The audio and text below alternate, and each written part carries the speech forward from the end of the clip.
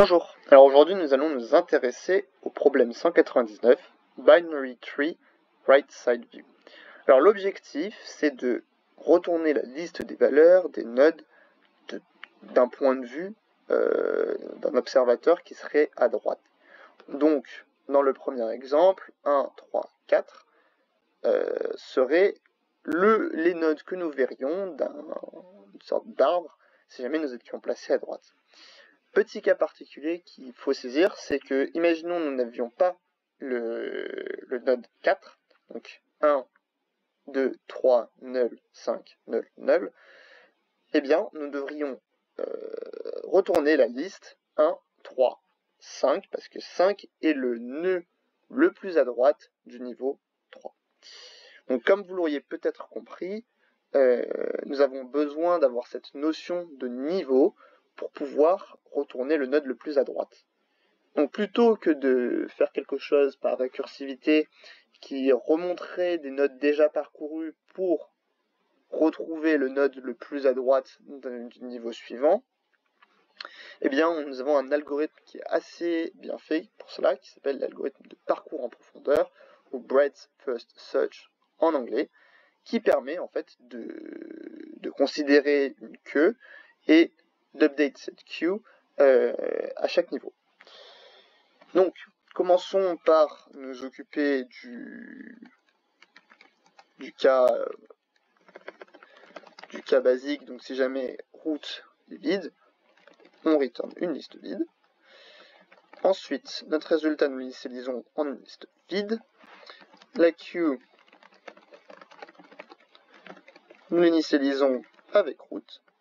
Et notre condition, ça va être de parcourir tout l'arbre. Donc, tant que Q n'est pas vide, eh bien, nous allons pouvoir faire des choses. Commençons par initialiser le côté droit avec none, parce que pour l'instant, on ne sait pas ce que c'est. Et une variable qui nous serait utile, c'est aussi la longueur du niveau. Et donc pour cela, il suffit de faire qlen égale len de q. Donc, maintenant, on va parcourir tout le niveau. Donc, en faisant for i in range len de q, ça nous permet de parcourir tous les nodes correspondant au niveau. Parce que à ce stade, par exemple, aux routes, nous avons un élément. Donc, ça va seulement nous autoriser à parcourir l'élément de niveau 0. Donc, très important, on va enlever l'élément le plus à gauche, qui va être notre node. Et si ce node n'est pas nul, nous allons pouvoir, donc déjà, updater notre queue et l'ajouter. Donc imaginons que nous étions à 1, nous supprimons 1 de cette queue, et nous rajoutons 2 et 3. Donc là, il est très important de update et d'ajouter le nœud à gauche plutôt que le nœud à droite, enfin dans l'ordre nœud à gauche puis nœud à droite. Q.append node.left, Q.append node.right.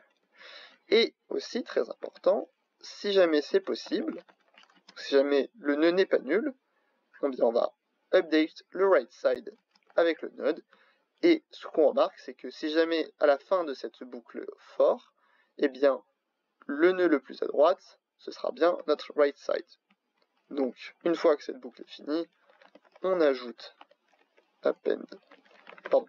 Il faut d'abord checker si jamais right side n'est pas nul. S'il n'est pas nul, on va pouvoir ajouter sa valeur à res. Donc attention là, prendre bien sa valeur et pas l'objet trinode. Et à la fin, aussi simple que ça, retourner la liste de résultats. On peut faire un run pour voir si les premiers test cases passent. Ils passent, c'est plutôt bon signe. On submit. Comme vous pouvez le voir, cette solution bat 90,96% des users, ce qui est plutôt positif.